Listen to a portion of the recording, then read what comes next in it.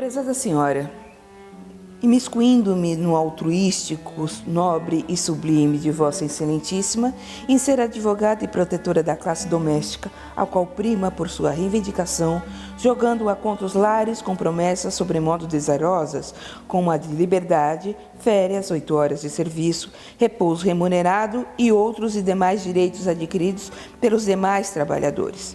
Estou de acordo, obviamente, com algumas restrições. Em hipótese alguma, dona Laudelina, ficará essa classe trabalhadora na mesma posição ao nível do operário, pois os operários trabalham expostos às intempéries, aos perigos, aos intransigentes caprichos dos patrões e, sobretudo, matam sua fome com o alimento ganho adquirido religiosamente com o suor do seu corpo, tão humildemente coberto por rústicas indumentárias.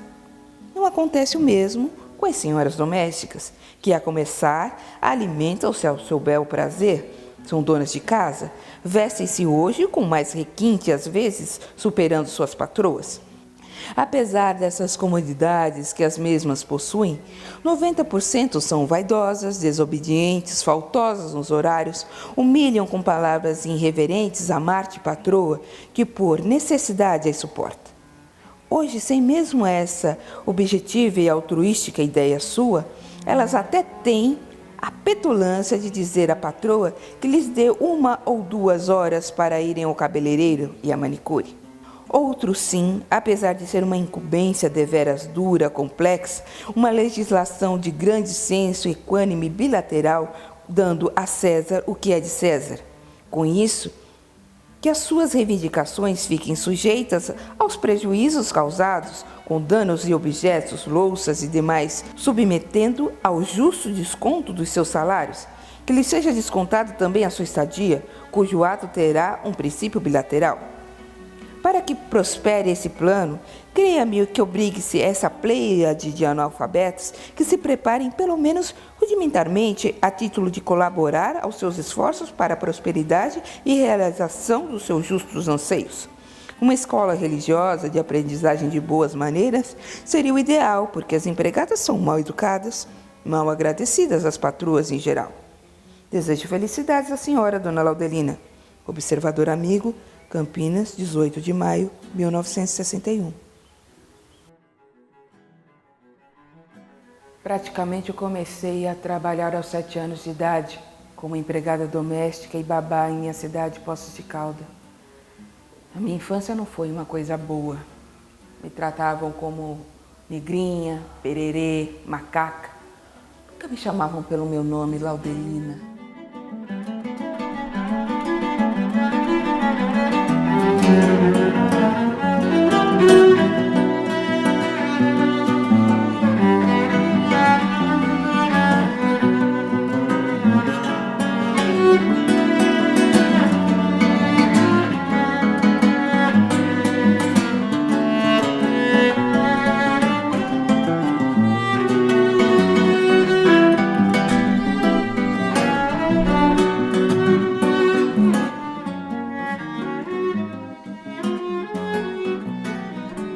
A gente negra não tinha o direito de frequentar alguns lugares de branco. A gente não podia ir ao clube deles.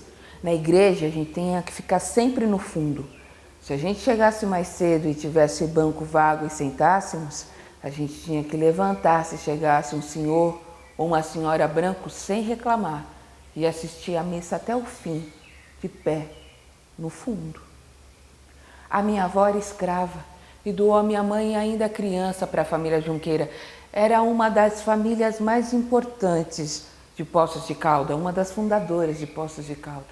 Minha mãe cresceu ali mesmo e mesmo depois de casada, ela continuou sob o jugo deles. Eles não deixavam ela em paz. A qualquer hora do dia ou da noite, ela tinha que sempre estar à disposição da sinhazinha para fazer as vontades dela. Certo dia, um domingo, um capataz foi até a casa da minha mãe chamá-la. Dessa vez ela resolveu não ir porque tinha uns doces para entregar. Ela também era doceira da cidade. Aí o capataz começou a bater na minha mãe com um chicote de rabo de tatu. Eu avancei nele. Se a minha mãe não me puxasse, eu acho que eu matava aquele homem de tanto ódio que eu estava. eu tinha 16 anos. Pior é que a minha avó assinava o sobrenome Junqueira. Naquela época, era comum o escravo assinar o sobrenome de seus senhores. E eles queriam que eu também assinasse, mas eu me recusei. E convenci a minha mãe que também não assinasse. Aí nós resolvemos assinar o sobrenome do meu pai, Campos Melo. Foi a nossa abolição. Meu nome de nascimento, Laudelina de Campos Melo. Data de nascimento, 12 de outubro de 1904. Meu pai chamava-se Marco Aurélio de Campos Melo. Minha mãe chamava Maria Maurícia de Campos Melo. E o local de nascimento? Poços de Caldas, Minas. Eu perdi meu pai com 12 anos. Ele cortava madeira no Paraná para exportar. Cortava pinhos para exportar. Eles iam, o meu pai, meus tios e mais outras pessoas, juntavam sempre 20, 30 homens para fazer aquela derrubada, né? Que era, naquela época era machado, né? E enquanto uns cortavam, os outros ficavam na estrada para avisar quando passava o carro de boi, passava as pessoas. E meu pai ficou na estrada para fazer as pessoas parar porque estava cortando pinho. E, naturalmente, demorou um pouco para terminar de cortar. E, em vez do pinho cair para o lado que não tinha ninguém, caiu para o lado dele e matou. Minha mãe estava de dieta do meu irmão. Quando meus tios voltaram para Poços de Caldas, então minha mãe, para não contar que meu pai tinha morrido, porque ela estava de dieta, então meus tios disseram para ela que ele tinha ficado, que ele só voltaria para Poços de Caldas quando os outros fossem para substituir ele. Mas era para dar um tempo, para minha mãe não saber, né? Então minha mãe, naquela esperança que meu pai voltava, né? Aí meu pai não voltou. Aí minha mãe já estava viúva, eu estava com 12 anos, comecei a tomar conta da casa. Minha mãe foi trabalhar no Grande Hotel, na lavanderia. Quando eu estava mais ou menos com 18 anos, Juscelino Kubitschek construiu lá em Poços de Caldas o Hotel Quixissana. Com 18 anos, que foi essa companhia lá, essa equipe de engenheiros para construir o hotel. Foram vários pedreiros, vários trabalhadores da construção civil. E no meio foi a pessoa com quem eu casei, chamava-se Henrique. Ele também era Campos. Eu sou Campos 2 vezes. Lá em Poços, né? A senhora chegou a frequentar alguma escola? Até o 3º ano, no grupo escolar Davi Campista. Não pude continuar porque eu tive que sair da escola para ajudar a criar meus irmãos. Casei em Poços e fui morar em Santos. Meu marido era santista. Logo depois que nós fomos viver em Santos, nasceu o primeiro filho, né? Aí meu marido trabalhava numa grande companhia de construção e essa companhia é que construiu a penitenciária do Estado. Aí nós fomos morar em São Paulo. Nós ficamos até 34 em São Paulo. Até 1934 nós ficamos em São Paulo. Quando foi em 1936... eu pertencia a uma organização que foi desfeita pela política, chamava-se a Frente Negra. Eu fazia parte dessa organização. Nós reunimos, que nós tínhamos uma sociedade lá em Santos, chamada Saudade de Campinas, que era fundada por vários campineiros que estavam radicados em Santos. Então eu fui convidada para ser a oradora da turma. A sociedade fazia o que a gente está fazendo hoje. Reunia os grupos para conscientizar o negro, para a gente conseguir a elevação da raça, a cultura, né? Então tinha essa sociedade, eu era uma das diretoras da sociedade. Eles, os homens, organizaram a Frente Negra. E dentro da Frente Negra, então, tinha vários departamentos, né? Então tinha o departamento de cultura, tinha o departamento social, tinha o departamento político, que era um partido político, né? A Frente Negra. E que tipo de atividade promovia a Frente Negra? Reuniões? Reuniões, festas, né? Passeios, a gente vinha a Campinas no Bosque fazer piquenique. Então nasceu a ideia, dentro da Frente Negra, de fundar o departamento doméstico, né? A Frente Negra participava das eleições na época? Lançava candidato?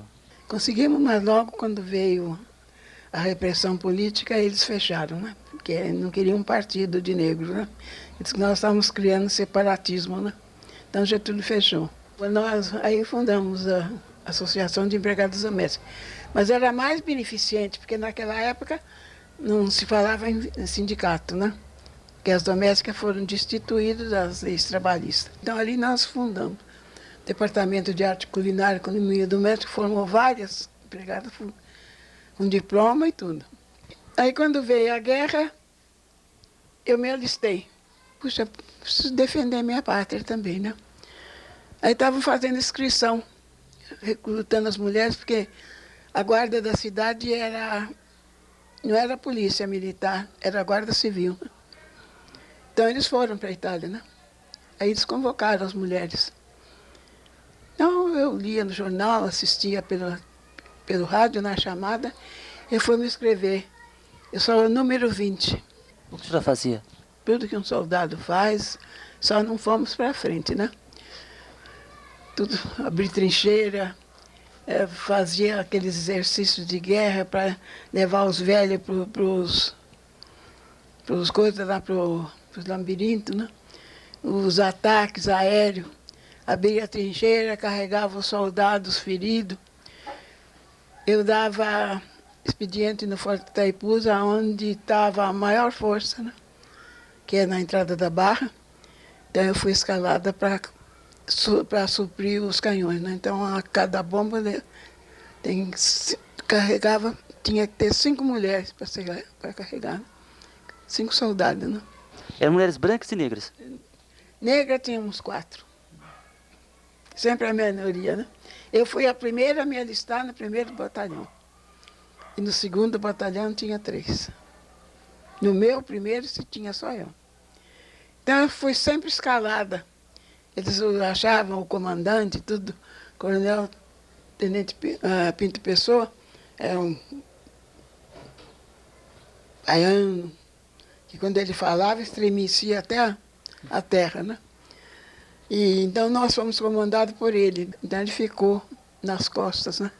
Na praia para tomar conta da entrada da Barra. E então tinha que fornecer os dois agrupamentos, né? A maioria dela desmaiava no sol, quando tinha caminhada de Santos até São Vicente, sol muito quente, né? A maioria desmaiava na metade do caminho.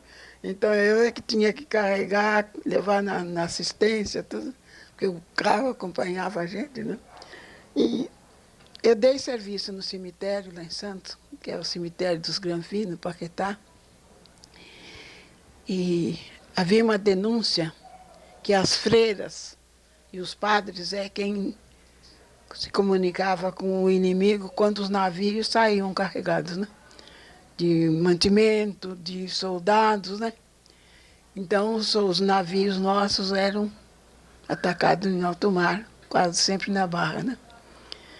Então eu fui escalada para dar serviço lá, porque denunciavam as freiras, que tinha uma freira que ia todos os dias com um buquê de flor para depositar no cemitério. Então começou a despertar curiosidade. Então eu fui para dar um serviço no cemitério, disfarçadamente dei serviço. Ela entrava na capelinha, e da capelinha ela tinha um aparelho, então ela se comunicava, né? Os padres da torre da igreja de Santo Antônio na ponta da praia. Então eles é quem denunciava a saída dos navios, saídas de tropa. E quando eu descobri que essa freira levava a flor e ela se comunicava por um aparelho, ela foi presa, né? Mas não era mulher, era um homem vestido de freira, né?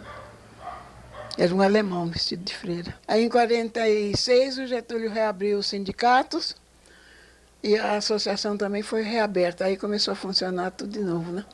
Aí quando reabriu o sindicato, porque naquela época quem estava lá em cima era a Rússia, né? Aí foi quando eu fui fazer meu título, comecei a votar pela primeira vez. Aí nós começamos a funcionar dentro dos grupos, né? Os grupos vermelhos, né? A senhora votou no Luiz Carlos Prestes? Eu votei. Todas as vezes que ele foi candidato, senador, tudo eu votei. Eu venho votando na esquerda desde que comecei. E como era a participação dos comunistas, né, no apoio, porque o partido era legal nessa época, né? Ficou legal, porque era ilegal durante a guerra. Depois da guerra, com a entrada, com a vitória da Rússia, o partido passou para a legalidade. Aí, então começou a funcionar tudo, mas começou a funcionar tudo dentro do esquema do partido, né? Como era o trabalho da associação nessa fase de reorganização? A fase de reorganização, nós começamos como era mesmo antes, trabalhando para aqueles necessitados, procurando encaminhar as domésticas, né, no serviço. Então, tinha uma agência de colocação, tinha um curso de alfabetização, e nós tínhamos departamento beneficente, que fornecia roupa, fornecia alimentação, remédio. E o senhor ficou em Santos até quando? Até 49. Cheguei aqui dia 13 de janeiro de 1949. Por que a senhora veio para Campinas? Vim com uma família que eu trabalhava lá em Santos. Após a guerra, eu era governanta. Ela viajava muito, ela era portuguesa, eu era governanta. Só ia lá para dar uma olhada na casa, tudo, né? E ela me convidou para vir conhecer a fazenda, que ela comprou a fazenda aqui, no quilômetro 11, em frente à fazenda Monte Deste. Então, vim por uma semana. Estou há 42 anos em Campinas.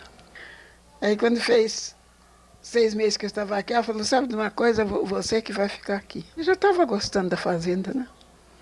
Eu fiquei. Aí ela disse, vamos abrir um hotel para repouso, só para milionários. Quanto tempo a senhora ficou na fazenda? 4 anos e 8 meses. Fiquei tomando conta, fiquei sendo a gerente da fazenda. Meu filho fazia a contabilidade e eu dirigia o resto. Em 53, ela ficou doente. Precisou ser internada no Berrenbach. Ela faleceu no Berrenbach. Ela morreu em 53? 53, no dia 17 de julho de 53. E a fazenda ficou para quem?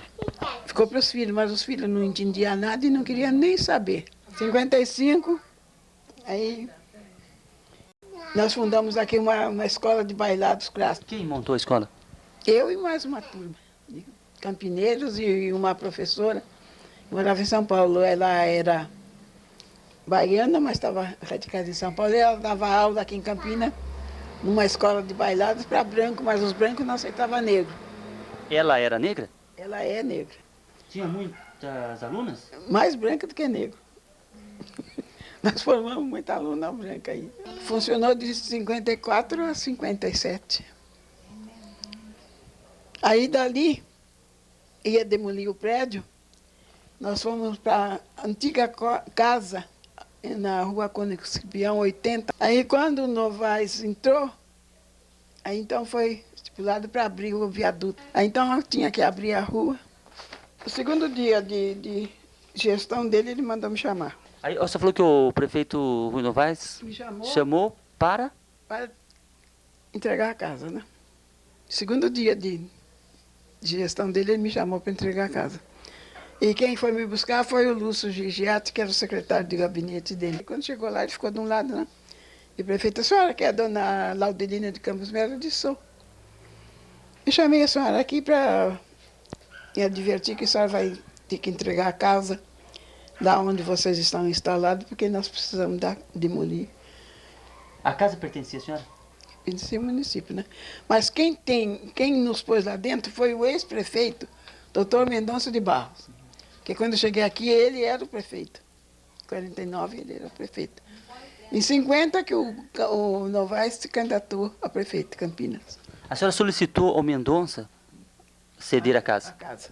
E ele nos cedeu, e nós funcionamos lá. Ele tomou posse dia 5 de fevereiro de 1955, o Novaes. Nós ficamos 55, 56, 57. Aí em 57 nós saímos mesmo por livre, espontânea vontade. Depois dali eu fui morar na José Paulino, quase saindo na avenida. E aí nós paramos com a academia. Organizamos até um baile de debutante de meninas negras. A prefeitura já fazia esses bailes da hípica, mas sem jovens negras. Pedimos à prefeitura e ela aceitou, mas a hípica resistiu. Aí denunciamos no jornal e ela acabou cedendo. Queríamos usar o mesmo espaço nobre. A festa foi linda, foram várias pessoas, todos de trajes a rigor, até os brancos foram e todos caíram na dança. Aí tivemos a ideia de fazer o baile Pérola Negra. Foi o último baile, porque logo depois a prefeitura fechou o Teatro Municipal.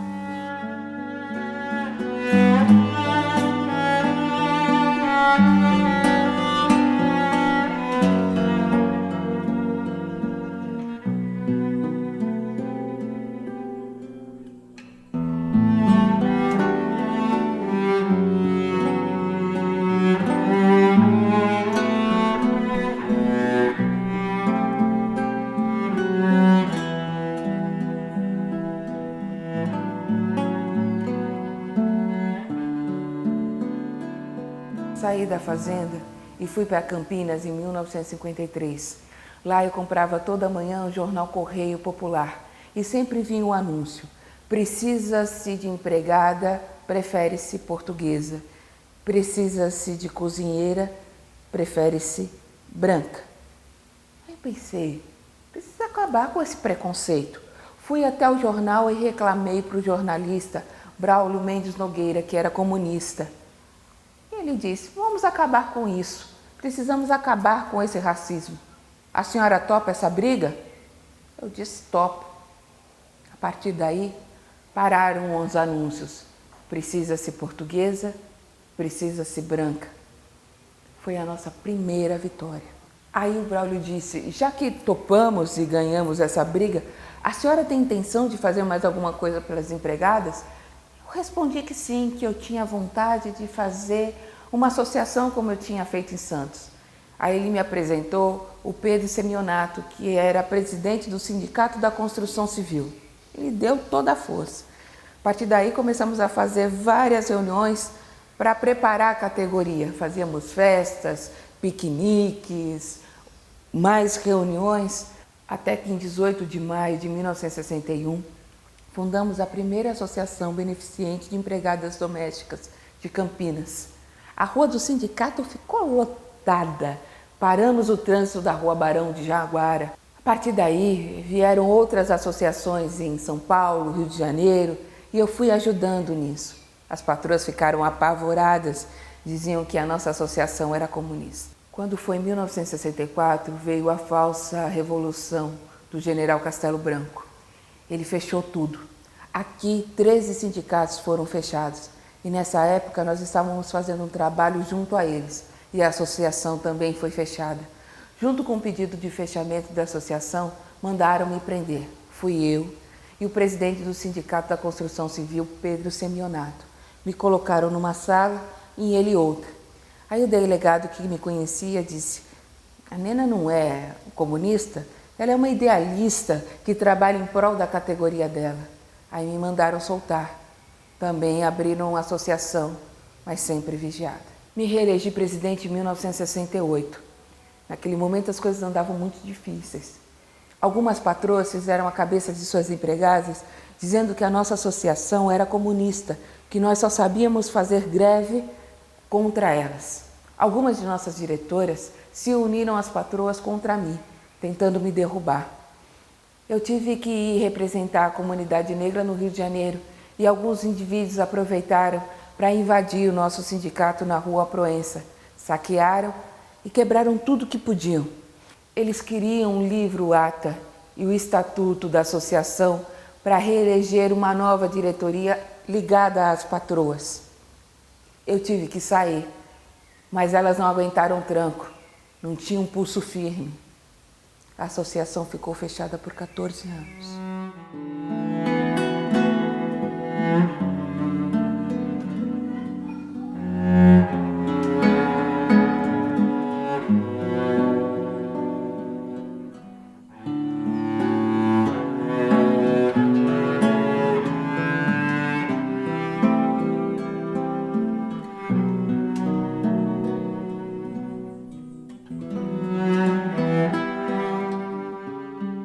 O que a senhora pensa, né, sobre o exercício da profissão de doméstica? O exercício da profissão da empregada doméstica é como é que se diz, é difícil da gente poder cifrar, porque a empregada doméstica, no dia, ela faz vários trabalhos, né? ela vai tratar um serviço numa casa, ela faz vários trabalhos, né? Ela faz o trabalho de lavadeira, de arrumadeira, de cozinheira, de passadeira, tudo, né? E ainda não tem uma profissão. Não, ela não está considerada ainda como profissional, mas ela é uma profissional. Porque se ela faz tudo isso durante o dia, ela é uma profissional. E as leis não consideram a empregada doméstica como profissional. Eles só consideram profissional aqueles que têm um diploma na mão, aqueles que trabalham numa indústria, aqueles que têm um nome ligado à profissão. Mas a empregada doméstica não é considerada. A empregada doméstica está relevada à segunda categoria. E está em segundo plano também. Porque além dos patrões não considerar ela como categoria, as próprias leis também não consideraram até hoje. Então, ainda precisa lutar pela profissão. Então, essa parte da empregada doméstica, ainda a gente precisa lutar para adquirir. Ainda precisa formar profissionais. Por isso que eu disse para as nossas meninas de hoje, dentro do nosso sindicato, nós precisamos ter um departamento profissional de arte culinária e economia doméstica. Porque como associação nós tivemos. Foi formado várias. Então formou a arrumadeira, formou o garçom, formou a cozinheira, dava um diploma. Então aí que eles consideram profissional. O sindicato de empregada doméstica é completamente diferente do sindicato. Está enganjado, mas é diferente do homem. Por quê? Porque a mulher vive dentro da casa trabalhando. O homem não, o homem sai de manhã, faz o serviço dele, de noite ele vem. A mulher trabalha de dia na casa do patrão e de noite na casa dela. Ela faz 2 períodos de trabalho. E não é considerada pelas leis. Antes elas brigavam para que a empregada dormisse no emprego que fosse escrava. E não pagava nada. A maioria trabalhava a troco da comida. Porque eles iam buscar lá nos cafundó do Judas, aquelas que saíam da enxada, chegava aqui, ela não tinha condição de ser uma profissional. Ela não era, nem leitura ela não tinha. Então elas taxavam. Então a patroa dizia, a empregada não sabe atender o telefone, não sabe receber um recado, não sabe nada, não sabe nada. Essa educação e tal. Ela veio do nada. A mesma coisa foi o escravo. O escravo foi solto num campo aberto, sem condição. Porque veio a mão de obra italiana, os profissionais, e eles foram jogados ao lado, sem condição de vida. Porque eles não tinham o estudo, o preparo que os italianos trouxeram. A mesma coisa, a empregada doméstica, a maioria vem do escravo, descendente de escravo. A branca, o negro, porque hoje todo mundo é escravo. Eu digo, hoje não há escravidão só para o negro, não. O branco pobre é escravo também. Então a gente tem que unir. É o que os sindicatos falavam sempre para mim, a gente tem que unir para brigar junto. Para poder adquirir, porque nós também somos discriminados. O branco também é discriminado. Porque você vê que o branco pobre não entra no regato, não entra num tênis clube, não entra num cultura artística, não entra porque ele é pobre. Nós vivemos num país que a porca sociedade, a sórdida política, não conseguiu ainda chegar num termo. Porque quem está lá dentro são os senhores de engenho, são os donos das terras, são os donos dos canaviais, são os donos dos cafezais, são os donos do gado, são os donos de tudo. Agora tem uma coisa também, que essas 3 organizações nossas, a Sindical Única, a CGT, o Raica e os Pinica, tem 3 conjuntos e os 3 juntos não estão fazendo nada. Se tivesse um só, geral, para mandar, tinha força. E como a senhora acha possível mudar essa situação? Para mudar tem que nós temos que nos conscientizar e reunir e organizar. Porque esperar dessa gente nunca nós vamos subir, não. Nós é que temos que lutar. Todas as categorias. Não é só metalúrgico, nem a imobiliária, nem não sei o quê, todas as categorias trabalhar em conjunto. Que esse Partido do Trabalhador, que essas organizações sindicais, toda essa coisa que anda aí, se una numa só. Eu não gosto de guardar. Quando eu vou num lugar desse, eu gosto de falar. A senhora acha que o brasileiro é um homem bem informado? Mal, muito mal informado. O brasileiro é mal informado, mas é mal informado por quê? Porque ele também se acomoda, diz amém por tudo. A quem cabe a grita? Não é dos safados que estão lá sentados, comendo e bebendo nas nossas custas, não. É nós que temos que gritar. É nós. E nós não gritamos.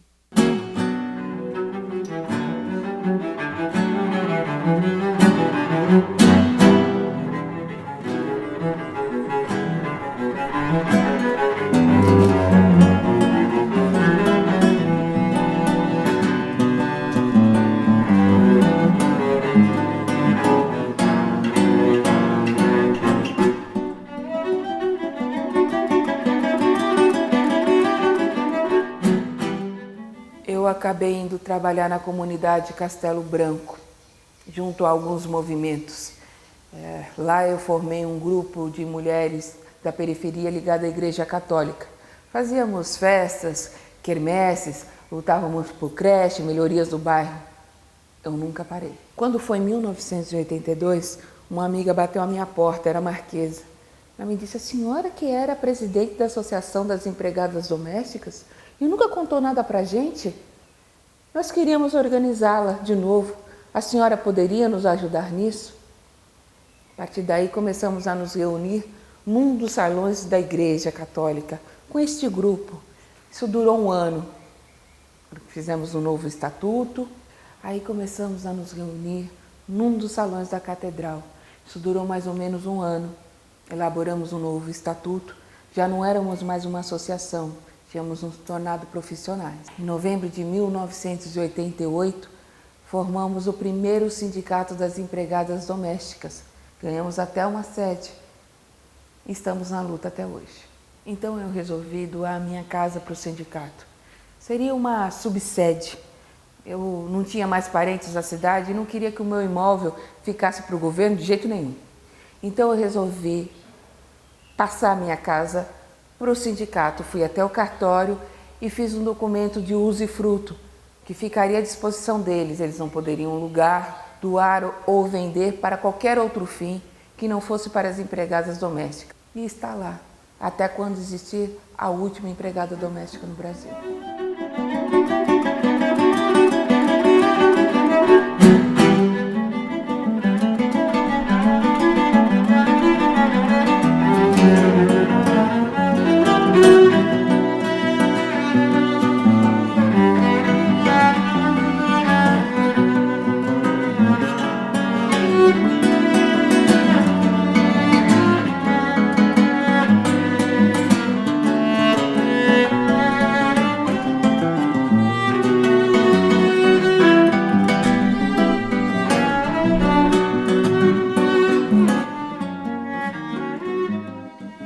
Eu sou Olivia Araújo, atriz, e em outubro do ano passado, de 2014, eu fui convidada para participar de um congresso sobre empregadas domésticas em Salvador. E a Laudelina Campos Melo era homenageada. E foi aí que eu tive contato com a história dessa mulher incrível e que tem muito a ver com a nossa história. Eu me identifiquei, obviamente, com o histórico dela, porque é muito comum as nossas avós, as nossas mães, bisavós escravas, no meu caso, avó e mãe empregada doméstica. Com diferencial do tamanho da indignação dessa mulher, que fazia com que ela tivesse toda essa força para lutar, para sair desse lugar comum que nos era destinado. Eu, como atriz, é um personagem que a gente quer viver, que a gente quer fazer. E acho que essa história tinha que ser contada de alguma maneira, tinha que ser imortalizada de alguma maneira, porque isso é o resgate da nossa autoestima enquanto negro, enquanto mulher negra também. Isso faz toda a diferença para o nosso futuro, para que a gente não volte a passar por situações que ela retrata tão lindamente com a história dela. A minha tia-avó participou desses eventos aí da Associação das Empregadas Domésticas, era uma reunião, elas se juntavam para isso. E a gente vê hoje, tanto tempo depois, esse resultado. Então, para mim, é uma honra e uma alegria participar deste trabalho.